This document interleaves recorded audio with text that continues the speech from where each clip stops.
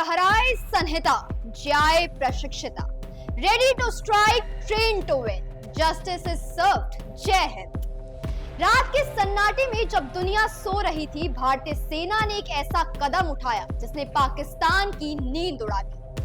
7 मई 2025 की आधी रात को ऑपरेशन सिंदूर ने आतंकवादियों को उनके घर में ही घेर लिया। पाकिस्तान और पाकिस्तान अधिकृत कश्मीर में जैश ए मोहम्मद के 9 आतंकी ठिकानों पर भारतीय वायुसेना ने सटीक निशाने लगाए। ऑपरेशन की अवधि मात्र 23 मिनट थी, लेकिन प्रभाव बहुत ज्यादा गहरा था। अब झूठ की हद तो देखो, पाकिस्तान ने ये दावा कर दिया है कि उसने 5 भारतीय जेट्स को मार गिराया है, लेकिन भारतीय वायुसेना ने इसका साफ खंडन कर दिया और कहा कि सिर्फ 3 जेट्स क्रैश हुए हैं।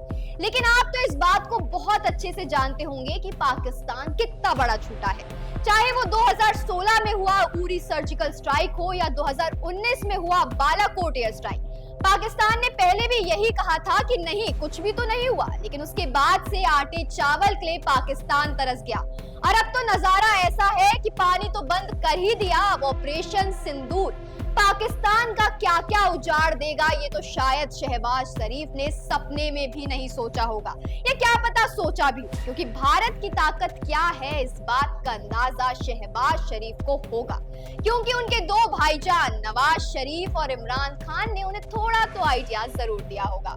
चलिए बात करते हैं ऑपरेशन सिंदूर की, बात करते हैं ऑपरेशन सिंदूर में इस्तेमाल हुए जेट्स की। देखिए, पहलगाम में हुए हमले के बाद ही इस ऑपरेशन की योजना बनी है और इसमें कोई दो राय नहीं है। पहलगाम के बैसरन इलाके में आतंकियों ने हमला किया था। इस हमले की जिम्मेदारी द रेसिस्टेंट फ्रंट यानी TRF ने ली थी। ये संगठन लश्कर ए तैयबा के लिए काम करता है। अब इसके बाद भारतीय खुफिया एजेंसियों को पता चला कि इस हमले में जैश ए मोहम्मद और पाकिस्तान की ISI भी शामिल है। इस हमले में भारतीय सेना, नौसेना और वायुसेना ने मिलकर काम किया। तीनों सेनाओं ने सटीक निशाना लगाने वाले हथियारों का इस्तेमाल किया। इसमें लॉइटरिंग हथियार भी शामिल है। खुफिया एजेंसियों ने जानकारी दी कि पाकिस्तान और POK में कहां-कहां आतंकी शिविर है। इसके बाद भारतीय सेना ने उनके ठिकानों पर हमला किया। यह हमला भारतीय जमीन से ही किए गए थे। अगर हम नजर डालें कि किस किस इलाकों पर ये हमले किए गए हैं, तो एक है बहावलपुर, जिसमें बहावलपुर में 2 इलाकों में हमले किए गए। उसके बाद है मुरीद के मुजफ्फराबाद, कोटली, गुलपुर, भिम्बर, चेक अमरू और सियालकोट। ये है वो 9 इलाके पाकिस्तान के जहां पर भारत ने अपना दबदबा दिखा दिया है। माना जा रहा है कि हमले भारत के विध्वंसक जेट राइफल से किए गए। इसमें स्कैल्प क्रूज मिसाइलों, हैमर मिसाइलों और आत्मघाती ड्रोन का इस्तेमाल भी किया गया। आपको बता दें कि आत्मघाती ड्रोन को LMS यानी लॉइटरिंग म्यूनिशन सिस्टम ड्रोन या सुसाइड या कामिकेज ड्रोन भी कहा जाता है। यह हथियार ले जाने वाला ऐसा ड्रोन है जिसे घूमते रहने के लिए डिजाइन किया गया है। ये तब तक घूमता रहता है जब तक कि कोई लक्ष्य निर्धारित ना हो जाए। टारगेट सेट होने के बाद ये ड्रोन फट जाते हैं। इस ड्रोन की खास बात ये है कि ये छिपे रहकर टारगेट के विरुद्ध हमला करने में सक्षम होते हैं। ये कम समय के लिए उभरते हैं और बिना किसी हाई वैल्यू के युद्ध सामग्री के इस्तेमाल के टारगेट भेद सकते हैं।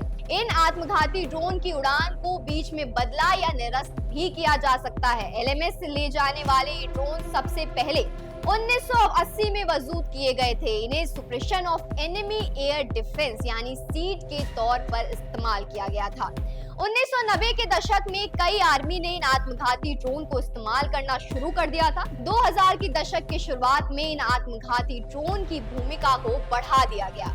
ये अब लंबी दूरी के हमले के लिए तैयार हो चुके हैं। ड्रोन की साइज इतनी कम होती है कि इन्हें आसानी से बैकअप में भी फिट किया जा सकता है। अब बात करते हैं राफेल फाइटर जेट की। राफेल फाइटर जेट ने भारतीय हवाई क्षेत्र में रहते हुए पाकिस्तान और POK में स्थित आतंकी कैंपों को नष्ट कर दिया है। बता दें कि राफेल एक 4.5 पीढ़ी का मल्टी रोल फाइटर जेट है, जो अपनी एडवांस टेक्नोलॉजी और मार्ग क्षमता के लिए जाना जाता है।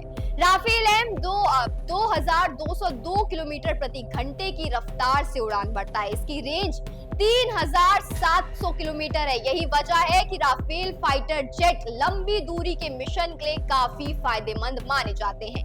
वहीं इन हथियारों के अलावा एयरफोर्स ने ऑपरेशन सिंदूर में BrahMos supersonic cruise missile drone launch micromunition और हिरान ड्रोन को भी इस्तेमाल किया है, जिसके जरिए आतंकी कमांडरों के ठिकानों को टारगेट करके उन्हें ध्वस्त किया गया।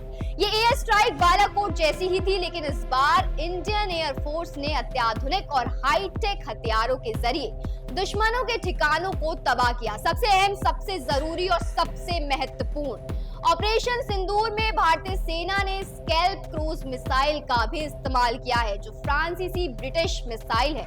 स्कैल्प मिसाइल लंबी दूरी तक मार कर सकती है। ये दुश्मन के इलाके में अंदर तक जाकर हमला कर सकती है। 250 से 500 किलोमीटर की रेंज तक मार करने वाली इस मिसाइल को खास तौर पर बंकर और इमारतों जैसे दुश्मन की मजबूत ठिकानों को तबाह करने के लिए बनाया गया है। ये करीब 1000 किलोमीटर प्रति घंटे की रफ्तार से मार कर सकती है।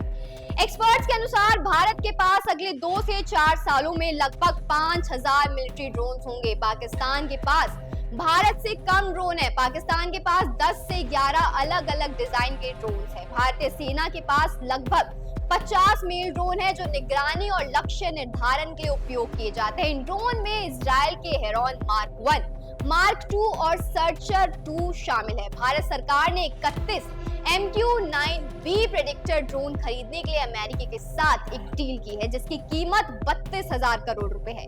इसके अलावा भारत के पास 10,000 करोड़ रुपए में खरीदे गए 97 स्वदेशी ड्रोन भी है, जो सीमा निगरानी के लिए उपयोग किए जाते हैं। और ऑपरेशन सिंदूर से ये साफ हो जाता है कि भारत छोड़ेगा नहीं, अगर छेड़ोगे तो छोड़ेंगे नहीं।